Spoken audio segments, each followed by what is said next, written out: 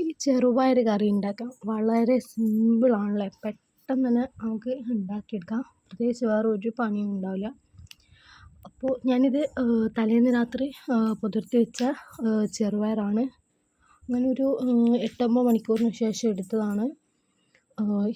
ഇത് നമ്മൾ പുഴുങ്ങിയിട്ട് അപ്പാടും കഴിക്കാൻ നല്ല ടേസ്റ്റാണ്, അല്ലാതെയും കഴിക്കാൻ നല്ല ടേസ്റ്റാണ്.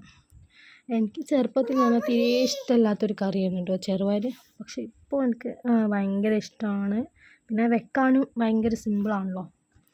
അപ്പോൾ ഇതിനായിട്ട് ഞാൻ ആവശ്യമുള്ള സാധനങ്ങളാണ് എടുത്തുള്ളത്.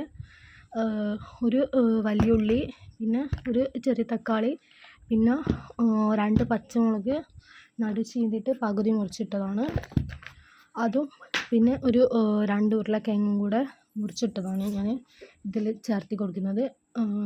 പിന്നെ ക്യാരറ്റ് ഉണ്ടെങ്കിൽ നമുക്ക് അതും കൂടെ മുറിച്ചിടാം. പിന്നെ ഞാൻ കുറച്ച് മഞ്ഞൾപ്പൊടിയും, ഒരു 1/4 സ്പൂൺ മഞ്ഞൾപ്പൊടിയും, പിന്നെ 1 സ്പൂൺ ഉപ്പും കൂടെ ചേർത്തിട്ട് നന്നായിട്ട് ഇതൊന്ന് വേവിക്കാൻ വേണ്ടി വയ്ക്കുകയാണ്. അപ്പോൾ ഇത് നല്ലോണം ഒന്ന് വെന്ത് കിട്ടുമ്പോഴേക്കന്നെ നമുക്ക് എടുക്കാം. ഇത് കറി അധികം ഭയങ്കര വെള്ളം പോലെ ഇഷ്ടമില്ലാത്തവർക്ക് കുറച്ച് വെള്ളം കുറച്ച് വെക്കട്ടോ. അതിനാവശ്യത്തിനുള്ളത് നല്ല വെള്ളം വേണ്ട ആൾക്കാരാണെങ്കിൽ കുറച്ച് കൂട്ടിയും വെക്കാം. അപ്പോൾ അതിനനുസരിച്ച് തന്നെ നിങ്ങൾ ചെയ്യുക. ഇതിൽ പൊടികളായിട്ട് ഉപ്പും മഞ്ഞളും മാത്രം എന്തിനാണ് ഞാൻ ചേർക്കുന്നുള്ളൂ, വേറെ ഒന്നും തന്നെ ചേർക്കുന്നില്ല.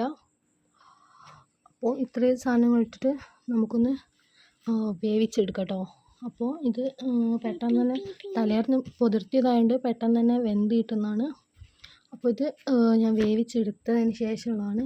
അപ്പോൾ ഇതൊക്കെ നന്നായിട്ട് വെന്ത് കിട്ടിയിട്ടുണ്ട്. അപ്പോൾ വെള്ളമൊക്കെ അധികമായിട്ടില്ല കുറവുമായിട്ടില്ല, ആ ഒരു പരുവത്തിലാണുള്ളത്. ഇനി ഞാൻ ചെറിയുള്ളിയും തേങ്ങയും മഞ്ഞളും കൂടെ മിക്സിയിലിട്ട് അടിച്ചെടുത്തതാണ്. അത് ഞാൻ ഇതിലേക്ക് ചേർത്ത് കൊടുക്കുകയാണ്. അപ്പോൾ ചില ആൾക്കാർ ജീരകം ചേർത്ത് കൊടുക്കും, അത് വേണമെങ്കിൽ നിങ്ങൾക്ക് ചേർത്ത് കൊടുക്കാം. പിന്നെ കടുകും കറിവേപ്പിലയും പിന്നെ തേങ്ങാക്കൊത്തുണ്ടല്ലോ, അതും കൂടെ ഒന്ന് വറുത്തിട്ട് ഇതിലിട്ട് കൊടുക്കുക. അപ്പോൾ എന്നോട് അതൊക്കെ എടുക്കാൻ വിട്ടുപോയി. അപ്പോൾ ഇത്രയേ ഉള്ളൂ. അപ്പോൾ ഞാൻ ഇത് മിക്സ് ആക്കിയിട്ട് യോജിപ്പിച്ച് കൊടുക്കുകയാണ്. അപ്പോൾ ഇത് നല്ല ടേസ്റ്റിനാണ് തേങ്ങ അരച്ച് ഒഴിക്കുമ്പോൾ. പ്രത്യേകിച്ച് വേറെ ഒന്നും വേണ്ടായിരിക്കും. നമുക്ക് പത്തിരി ആയാലും ചപ്പാത്തി ആയാലും ചോറിൻ്റെ കൂടെ വരെ നമുക്കിത് കൂട്ടി കഴിക്കാം. അത്രയ്ക്ക് ടേസ്റ്റാണ്. നിങ്ങളൊന്ന് ട്രൈ ചെയ്ത് നോക്കുക, എന്നിട്ട് കമൻറ്റിൽ അറിയിക്കുക എങ്ങനെ ഉണ്ടായിരുന്നു എന്നൊക്കെ. അപ്പോൾ ഓക്കെ, ബൈ.